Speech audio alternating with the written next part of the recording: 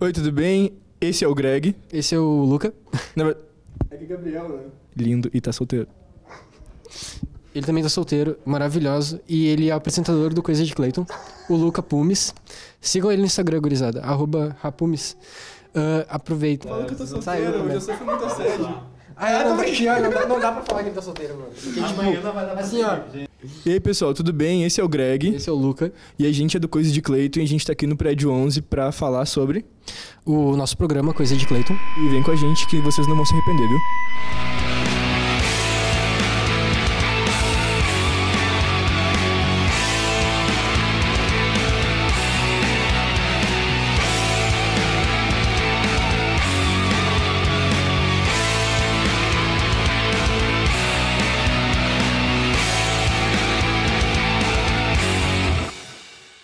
Então vamos lá conhecer um pouco mais sobre o Coisa de Clayton. A gente está aqui com os meninos, o Luca e o Gabriel. Sejam bem-vindos ao Prédio 11. Obrigado. Valeu.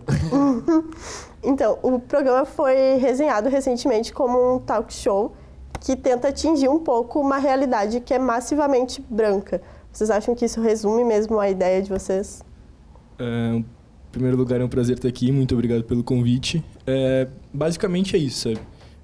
A gente vive num estado que ele é 81% branco. Então, qualquer coisa que a gente for fazer acaba se tornando uma imersão. A gente fala como povo negro. E acho que isso resume a premissa básica da coisa. Há um tempo eu queria fazer esse programa. Eu tinha um sonho de ter esse talk show. E quando a gente chegou na cadeira ali de estágio, eu apresentei o projeto e eu não imaginei que tantas pessoas qualificadas fossem pilhar, entrar nesse projeto. E acabou que virou o que virou e a gente está muito feliz. Tudo começou no meio acadêmico, mas vocês acabaram se aprofundando mais na ideia, como tu falou, né? O que motivou vocês para isso? É que, na verdade, eu, como fazia parte do slam, né? Quando eu me afastei um pouco do movimento e saí das ruas, por assim dizer, eu já comecei a pensar no meu próximo passo. Então, eu acho que a gente tem que começar a estabelecer pilares, né? Mesmo que eles sejam distantes um do outro, como jornalista, sabe? Dentro da poesia, dentro do rap, dentro de outras áreas que são meio que pareçam distantes, porque eu acho que com pilares distantes a gente faz uma casa grande, saca? E aí... quando eu pensei no meu próximo passo, quando eu pensei, poxa, já fiz o que eu queria fazer no slam, eu refleti sobre isso e aos poucos foi surgindo. Foi, acho que 1 ano e meio de ideia na minha cabeça. Então, não nasceu assim tanto do meio acadêmico. Mas quando entrou para a academia, a gente já começou motivado a não deixar ele engessado. A colocar poesia, colocar o que eu sabia fazer de melhor, que é escrever liricamente. Então, acho que isso resume um pouco bem. E quais que são as pautas do programa, sobre o que vocês falam? O Greg pode responder um pouquinho? Aqui a gente chama ele de Greg, porque quando ele tá com o cabelinho assim, ele é a cara do Greg. E aí eu era o Chris, ele era o Greg, por motivos óbvios. E aí, ele pode falar um pouquinho. Assim, a gente acabou abordando 3 temas, que foi cultura, segurança e saúde. E a gente tenta colocar o negro nesse contexto, colocando as principais dificuldades e mostrar que ele não está sozinho, que ele pode... É meio estranho para mim falar assim. Só que a gente tenta mostrar para eles, para quem está assistindo, que não está sozinho e que ele pode desbravar horizontes com isso. Basicamente é isso. A gente acaba falando sobre em cultura, a gente fala sobre o negro inserido na parte da arte, com a parte da poesia, que o Luca também... Todo episódio tem bastante poesias e esses assuntos. E na segurança a gente tem entrevistados, tipo Isaac Ortiz, que ele é...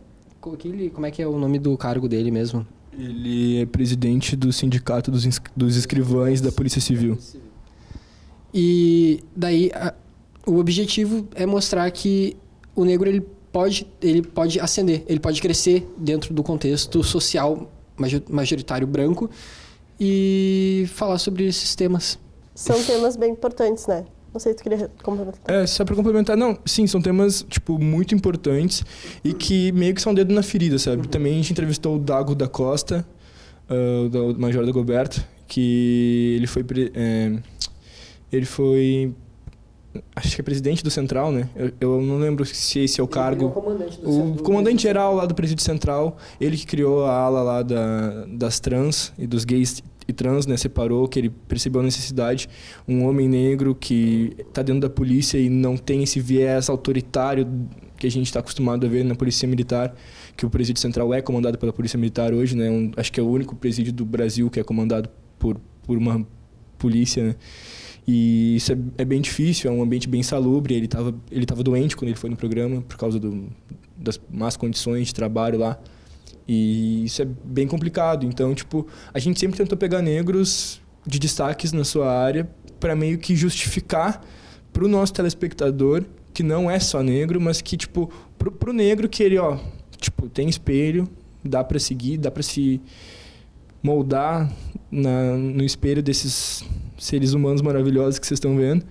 E para os brancos que apoiam, que, pô, legal, olhem aqui, né? Continuem com a gente, nos ajudem. E para quem não apoia, para que essas pessoas consigam entender que sim, somos capazes, sim, a gente consegue. E o Greg até falou agora há pouco que é estranho para ele falar isso, porque ele é branco, mas, tipo, acho que o nosso programa, sendo 3 negros e 3 brancos nessa construção mesmo, ele diz muito bem o que é o Rio Grande do Sul, porque a gente, tipo, não tem 6 colegas negros numa mesma turma, tu entende, para colocar. E a gente precisa. Isso eu acho que é o maior exemplo. A gente precisa... toda minoria precisa de pessoas que não são dela para fundamentar as suas vontades. E eu acho que é basicamente isso. Na realidade, o objetivo principal era que a gente pudesse trazer para as pessoas que não estão conhecendo o movimento conhecerem, e para as pessoas que não conhecem entrarem nele, ficarem inseridas. E poderem aprender alguma coisa com isso também, né? Porque eu acho que por mais que tu ache que tu já esteja inserido por, sei lá, por ser negro, ou já ter vivido bastante coisa, sempre tem alguma coisinha a mais que tu pode aprender, né? E é isso. Como tu falou, os temas são importantes, mas como que vocês fazem com que essa discussão chegue para as pessoas e toquem elas? E por que vocês acham que essas discussões podem ajudar elas a se ver diferente e se inserir em lugares que elas não estariam? Eu acho que são exemplos da vida real, sabe? Tipo, é muito legal a gente ir no cinema ver Pantera Negra e ver o herói negro e tal, mas ainda falta o super-herói da vida real. Então eu acho que tu mostrando essas pessoas do jeito cru da vida, sabe? Tipo, o contexto delas de verdade, o que ela faz cotidianamente, rotineiramente, é muito importante. Então, no momento que tu aproxima o teu telespectador daquela pessoa, eu acho que tu tá fazendo um bem acima de qualquer coisa que a gente sempre teve no nosso meio. E eu falo isso como um guri negro que cresceu sem ter muita representatividade. Eu, tipo, sempre estudei em colégio particular, sempre, tipo, consegui bolsa e tal, mas eu via poucos como eu do meu lado. E isso vai se afunilando ao longo da vida. Tipo, na pré-escola tem 5, daí, tipo, no ensino fundamental 1 tem 3, aí no ensino médio só chega a 2, e na faculdade só tem mais um negro na tua turma, entendeu? Então, tipo, eu acho que perceber que o outro tem que estar ali do teu lado e pegar na mão dele mesmo é o nosso objetivo. É o que a gente tem que fazer e é o que a gente tenta passar. E acho que a poesia também é uma forma de... Acho que na poesia a gente se desmonta, sabe? Então eu sempre tentei fazer tipo uma poesia sempre... não só forte, mas também tipo, que mostrasse um carinho pela causa, para justamente a pessoa entender que somos próximos, que eu não é porque eu estou do outro lado da tela, quando ela está me assistindo, que eu sou diferente. O nome do programa faz menção a um episódio que aconteceu, né? Em que um jornalista foi racista e acabou dizendo que teria sido mal entendido, enfim. Como que vocês decidiram que esse seria o nome do programa e o que ele quer dizer? Ele era para se chamar Afrotalk, né? Mas já tem um talk show bem parecido. E aí, quando a gente percebeu, a gente estava numa mesa de conversa, e aí o Ariel Freitas, que é o o nosso produtor maravilhoso, ele tava me olhando assim e eu fui fazer uma brincadeira com ele. Eu falei, coisa de Clayton, então. Tipo, a gente tava falando vários nomes, assim. E aí ele deu uma risada, tipo, muito forte. Aí ele começou a parar de rir e me olhar assim. Eu acho que tô falando muito do programa. E aí a gente começou a reforçar coisa de Clayton, coisa de Clayton, coisa de Clayton. Acho que pega. E aí a gente decidiu deixar. A gente tava pensando no nome porque sonoramente é muito complicado de tu achar alguma coisa que fique legal. E daí, tipo, nada encaixava e a gente já tava, vamos focar primeiro em produzir, depois a gente vai vendo o que a gente pode fazer durante esse processo, talvez apareça alguma coisa. E na hora do debate que a gente tava lá, a gente tava discutindo sobre o programa, mas ao mesmo tempo daquela forma bem extrovertida, digamos. Daí acabou que saiu assim e deu tudo certo. Como a gente estava falando, vocês dois são jornalistas, tu já atuou como slammer, né? E já fez outras coisas, enfim, antes do programa. Todas essas coisas são permeadas pelas questões como discussão sobre o racismo, enfim. Tu acha que isso já nasce com o jovem negro? Eu acho que não. É muito fácil tu encontrar na periferia pessoas que não têm consciência racial e não têm consciência de classe. E isso é bem complicado. Eu acho que é bem utópico pensar que por tu nascer negro, mesmo estando num ambiente, numa era já digital, que a informação chega fácil, teoricamente chega fácil, que todos vão ser assim. E isso é só vivendo em periferia pra tu entender, sabe? É só, tipo, indo na barbearia e conversando com os caras que são, tipo, de diferentes idades ali, tipo, da faixa desde os 12, 13 anos até, tipo, 28, 29, pra tu ver o abismo ali entre gerações e pra entender que mesmo as gerações passando, tem muita coisa que ainda ficou. É muito fácil, tipo... Tu tá numa barbearia, por exemplo, eu uso barbearia porque é um ambiente que eu gosto de estar bastante e que, como eu sempre estive em ambientes majoritariamente brancos, é um espaço que eu sempre gostei de estar na minha comunidade porque ali os homens, tipo, estão ali relaxados, sabe? Ali no momento que eles meio que se dão o direito de estar vaidosos naquele momento, né? Porque o homem negro também tem essa questão do embrutecimento, sabe, de não poder demonstrar fraquezas e não poder ser vaidoso, etc. E o homem de periferia, de forma geral, também. E aí, na barbearia, tipo, sempre surgem temas como futebol, etc. Mas quando vai falar de alguma coisa séria, sempre alguém solta com eu acho que a cota é a coisa mais racista que tem, porque nós somos capazes mesmo e nós não precisamos de nada.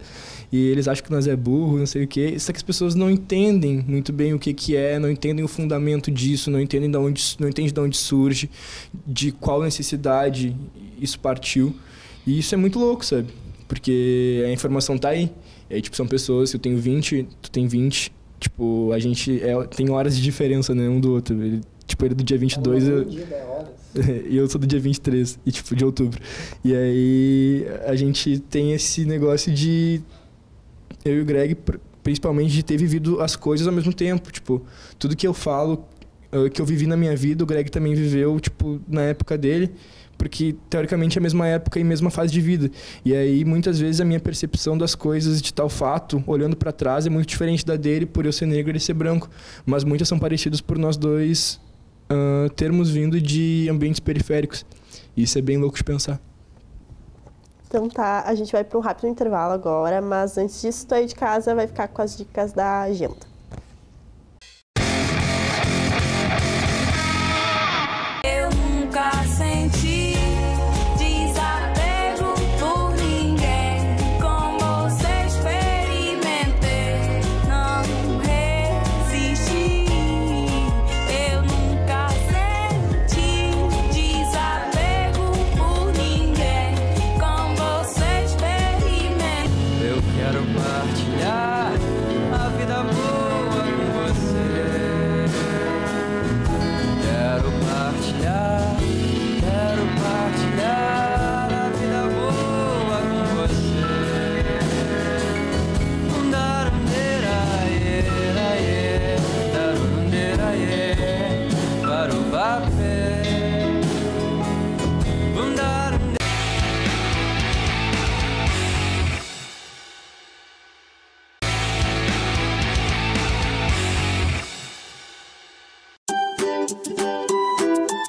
enfeites e detalhes por todos os cantos, discos e livros novos e clássicos raros. Essa é a essência do Empório Canela, um restaurante para quem gosta de unir uma boa refeição com cultura e artesanato. A proposta do Empório Canela é proporcionar aos visitantes um lugar aconchegante, onde eles se sintam em casa. Com uma arquitetura rica e colorida e muitas bebidas e comidas caseiras, o lugar é parada obrigatória para quem visita a cidade. Em junho, o local comemorou 12 anos de funcionamento.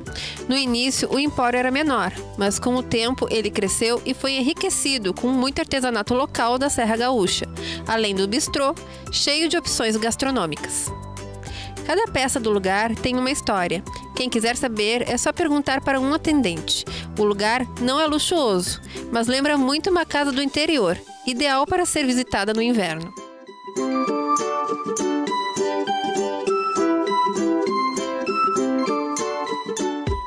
A decoração está sempre mudando. Os próprios visitantes trazem peças adquiridas em viagens para compor o visual do empório.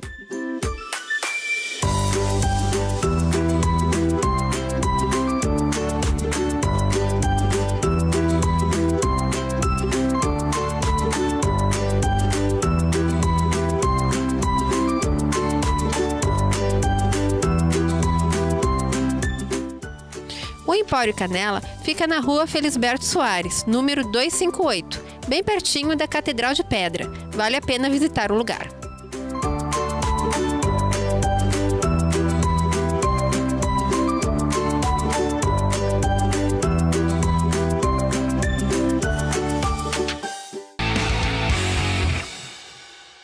De volta aqui no Prédio 11 com o Luca e o Gabriel do Coisa de Clayton. Vocês participaram agora recentemente do Intercom como convidados, né? Que é o evento mais importante para a galera da comunicação. Como que foi essa experiência? Foi incrível. A gente teve problemas lá, mas a gente pôde passar nossa visão, apresentar a ideia do programa para uma galera bem massa. Tinha alguns entrevistados nossos estavam lá. Então o pessoal tá bem engajado como comunidade mesmo, e isso é bem legal. Mas a gente teve problemas lá, como a gente falou. A gente tinha um auditório que estava reservado pra gente, e de última hora o auditório não tem auditório pra vocês, é numa sala.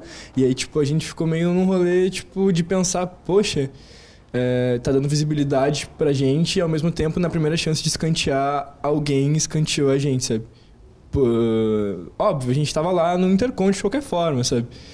É grande, entende? Mas eu acho que faltou um pouco de senso do que a gente representa. A gente acabou sendo vítima de algo que a gente luta contra. E nem conseguiu... A gente até botou contra, mas por uma série de logística de pessoas que já estavam acomodadas onde a instituição colocou, né? A gente preferiu baixar a cabeça e aceitar. Isso é uma decisão coletiva, eu fui contra aceitar, porque eu sou meio revolucionário de qualquer ocasião. Não tava só o Coisa de Clayton lá. Tavam mais grupos. Eu esqueci agora o nome do pessoal. Tinha outros 2 grupos lá. Não cabe também, mas o Afrofapa tava lá, e o grupo da URGS estava lá também. E aí, acabou que numa decisão mais coletiva decidimos ficar no espaço que nos colocaram mesmo, e ficou por isso. Como tu falou antes, às vezes dentro da própria comunidade negra, assim, às vezes pessoas mais velhas, por exemplo, tem um certo preconceito com essas discussões que acontecem no meio acadêmico, ou enfim. Tu acha que é difícil trazer essas discussões, às vezes, para o dia a dia das pessoas, e é difícil fazer isso no programa? No programa não, porque a gente trata sempre com pessoas que estão inseridas na luta, né? No contexto de luta. Então é muito fácil eu chegar aqui e falar com uma pessoa instruída sobre aquilo. Agora, no momento que a gente tem que levar para um debate mais amplo, a gente tem que saber que a informação tem que chegar em todos, e não só nas pessoas que já são instruídas, não por natureza, mas por contexto de vida já. E eu acho que nem só pessoas mais velhas, sabe? Como eu falei antes, as pessoas mais novas que também vivem sempre naquele contextinho ali de comunidade, não sai da comunidade de forma alguma, elas às vezes não conseguem enxergar isso. E isso é bem preocupante. Então a gente tem que saber que a gente tem que levar para todos, sabe? Essa é a nossa luta. Falar com o teu povo e a tua militância é confortável. A gente tem que tocar nos outros também. E acho que são muitos anos de repressão, eu acho. São muitos anos de vocês fiquem aí. E aí muitos se conformaram com estar ali, sabe? E eu acho isso um problema. Então, no momento em que essa pessoa se acostumou e tá de boa com o contexto branco, tá te pregando naquele momento ali, para ela é ruim sair daquela zona de conforto que ela mesma criou e que na verdade é muito desconfortável. Isso para um povo inteiro, não só para ela. É confortável para a estabilidade mental dela, mas isso também é uma coisa que a gente não pode ignorar. Nem todo mundo está disposto a se desconstruir e se reconstruir de novo. O slogan de vocês também é bem forte, né? Se tá preto, tá bom. Qual que é a importância de pegar expressões como essas e revolucionar elas e ver de outra forma? Eu acho que a gente tem vários slogans, né? Tipo, várias frases de efeito. E essa é uma delas porque acho que um pouco por causa do meu contexto de rap. E do Ariel também, do Greg também. A gente vive numa época tipo, que é meio que golden era do rap, sabe? De volta, assim. E hoje tem essas linhas de soco, né? Essas punchlines que trazem forte isso. E eu acho que a gente meio que a gente não se apropria dessa cultura porque essa cultura é nossa, né? Então a gente está sempre escrevendo coisas, a gente está sempre criando frases de impacto para que as pessoas que já... Essa é mais para realmente impactar mesmo. Não tem outra coisa. Não tem outra coisa a dizer. É para impactar, é para chamar atenção, porque eu acho que isso é uma forma de não legitimar o nosso trabalho, mas fazer com que as pessoas se prendam um pouco e aí elas percebam que por trás daquilo tem um contexto, tem um conteúdo. Falando agora um pouco sobre a produção do programa, como que vocês se organizam lá, quem é que faz o quê?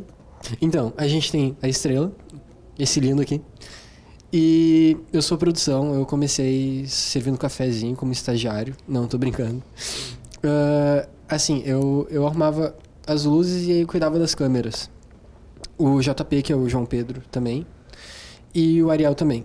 E a gente tentava apurar os fatos. Mas quem focava mais em apuração de fatos e quem conseguia fazer isso muito bem era a Luísa Memes, que é a nossa patrona. E a Jane, que é a editora-chefe. Que ela que edita os vídeos, ela que faz... Ela realmente coloca a mão na massa na hora de produzir. E tá aí. É esse grupo que fechou e tá maravilhoso. Nós somos todos réis mortais e aí tem a Jennifer, que é uma rainha. E aí, essa é a divisão do programa. Eu vejo assim, pelo menos. O lançamento do programa ainda é recente, né? Vocês já conseguiram medir uma reação do público e o que vocês esperam para o futuro, os próximos lançamentos?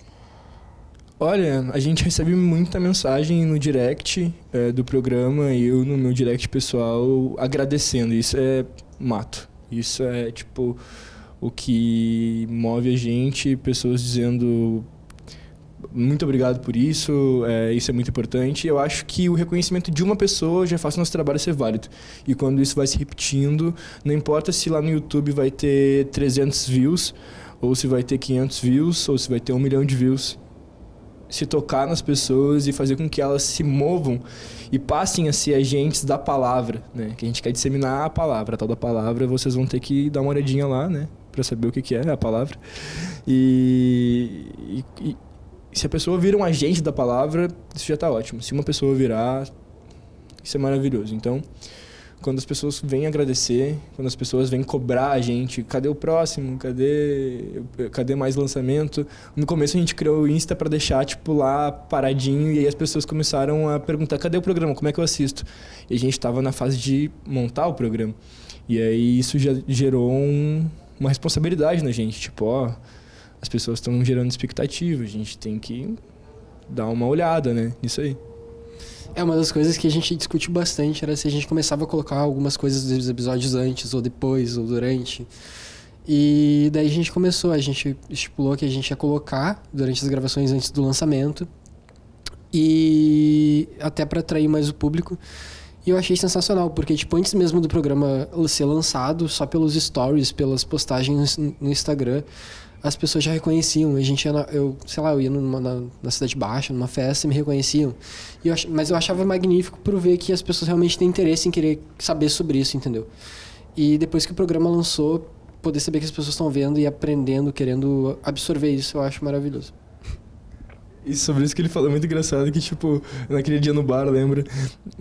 Tu é o cara do Coisa de Clayton. Aí, tipo, outra pessoa, nossa, tu é o Coisa de Clayton. Aí, tipo, outro, tu é o Clayton, tipo... Só que, tipo... Aí eu falava, tipo, meu nome é Luca? Ué, mas por que Clayton, então? Aí, tipo, a gente tinha que explicar todo o rolê e tal. Mas é que, tipo, é muito engraçado, porque, tipo, eu já virei o Coisa de Clayton, o Clayton. Se eu sou o cara do Coisa de Clayton, é muito engraçado isso. Tipo, uma vez eu tava na Cidade Baixa andando e do nada eu ouço alguém gritar da rua, Clayton, eu paro assim, daí vem falar comigo 2 caras e eu começo a conversar, eram lá do meu colégio e tal. Até eu estudei junto na época do Senac. E achei maravilhoso porque eles reconhecem por isso, entendeu? E dá pra ver que eu não tô fazendo por uma coisa meio superficial, digamos, eu tô realmente atingindo alguém, quer dizer, a gente tá, né, o programa em si. E é isso. E para quem quer ser atingido, quer conhecer o programa, aonde que está sendo veiculado, quais que são as redes sociais de vocês? Instagram, @coisadeclayton, e o link está na bio do programa, no YouTube. Vai direcionar diretamente para o nosso canal lá, pode se inscrever e ver. Vocês não vão se arrepender de verdade, é muito maravilhoso. Então tá, eu vou agradecer a presença de vocês aqui hoje no Prédio 11. Tua de casa, não esquece do nosso encontro na semana que vem e até lá tu fica de olho nas nossas redes sociais. Tchau! Relato pessoal é duro, mais duro que isso é acordar e ainda se sentir escuro. Ser preto não é estado, todo dia eu aturo palavras que batem forte, ações que parecem furos. Mas eu não fico em cima do muro. A ferida aberta do meu povo com poesia eu curo. E até o final da vida, causa eu não abandono, eu juro, até que meu povo tenha garantido um futuro seguro. Muitos deles acham que vivemos de furtos e no meio deles batalhamos para sempre colher os frutos. É triste que sejamos calejados, brutos, mas o branco do contexto não define nossos lutos. É tudo muito igual, mas a gente é diferente. A realidade é usual, enfrentamos de frente. Esse é o piloto, tipo Hamilton, preto. Eu sou franco. Assiste agora o negro em contextos majoritariamente brancos.